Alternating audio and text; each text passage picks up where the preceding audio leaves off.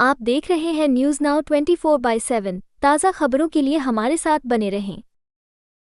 एक राष्ट्र एक चुनाव पर बीजेपी सांसद सस्मित पात्रा ने कहा, मीडिया रिपोर्टों के अनुसार इस विधेयक की समग्र खूबी ये है कि एक राष्ट्र एक चुनाव इसे 2034 में ही लागू किया जाएगा, क्योंकि इसकी अधिसूचना लोकसभा के आम चुनाव के बाद पहली बैठक में हो सकती है। मीडिया रिपोर्टों के विपरीत कि इससे राज्य और स्थानीय निकायों के चुनाव एक साथ हो सकते हैं। विधेयक में केवल लोकसभा और विधानसभा चुनावों के बारे में बात हो सकती है। यदि किसी कारण से 5 साल की अवधि वाली लोकसभा गिर जाती है तो दूसरी लोकसभा के चुनाव के लिए मध्यावधि चुनाव होंगे, जो अगले 5 साल के लिए नहीं बल्कि शेष अवधि के लिए होंगे। हमारा हमेशा से ये रुख रहा है कि इसके लिए व्यापक बहस और चर्चा की आवश्यकता है।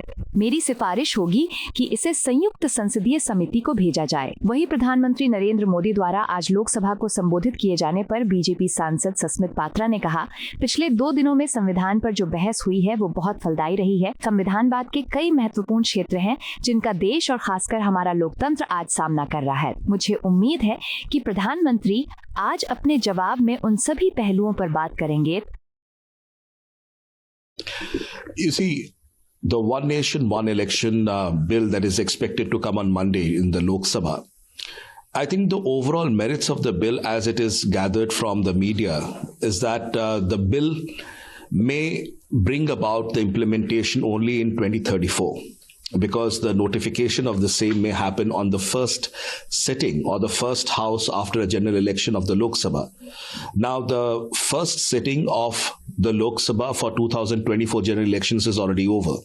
So therefore, the first sitting for the Lok Sabha after a general election is most likely coming up only in 2029. And thereafter, the enforce of this would actually take place in 2034, which is the next general election. That's the first aspect that comes out from the media. The second is that unlike public opinion or contrary to media reports that it might lead to simultaneous election also with state local bodies, the bill as appears from the media reports is not going to do that.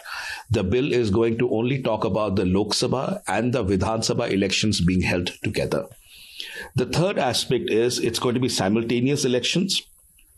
There's an interesting aspect about midterm elections that comes in, which says that in case a Lok Sabha on a 5-year period somehow falls, let's say after 2 years there's a vote of no confidence or there's a dissolution of the Lok Sabha and the Lok Sabha falls, then there'll be a midterm election.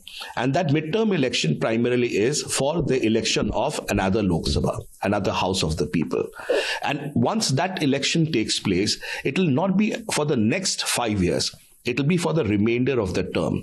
Very simply put, let's say, for example, 2034, there is an election of a general election of Lok Sabha. And by 2036, let's say the Lok Sabha dissolves for whatever reasons, new elections are brought in, midterm elections. It means that in 2036, after 2 years of the elections, if a new election, a midterm election happens in 2036, the government formed in the Lok Sabha or the Vidhan Sabha per se would not then have a 5-year tenure. It will only serve for the next 3 years till 2039. So that's another key area as it reports from the unverified bill copies that are in circulation. Another aspect of this is that from the date of notification from 2039, whichever Vidhan Sabhas are there would get dissolved and all of them would align with the Lok Sabha elections. So there are many provisions that are there in the bill. The thing is, once it comes on to the parliament formally, it will be discussed. But as it appears that probably it will not require the ratification of the states, primarily because the state elections through local bodies are not covered.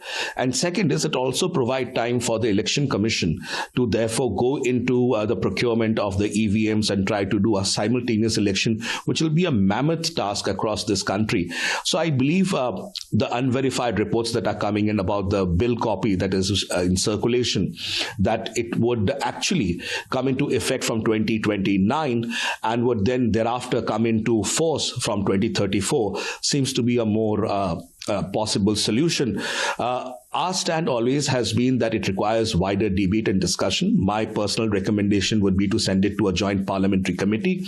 It should go for wider discussion and debate and dialogue. And since the bill itself says by 2029 it will be notified in 2034 when it will actually come into effect, therefore it provides for a joint parliamentary committee, and all the political parties, the stakeholders need to come together and discuss this threadbare before passing it. As Parliament on debate on Constitution in Lok Sabha, how you look at it? What's the stand of BJP on that? You see, the Honorable Prime Minister is expected to speak, as the media is reporting. I'm not aware about the listed business because, we do not have members in the Lok Sabha.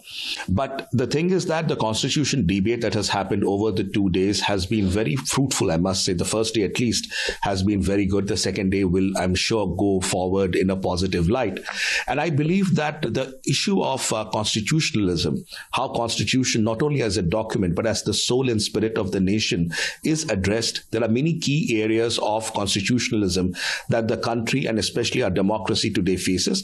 I hope the Honorable Prime Minister will touch on all those aspects today in his reply. आपको यह video पसंद आया हो तो इसे like करें, हमारे channel को सब्सक्राइब करें।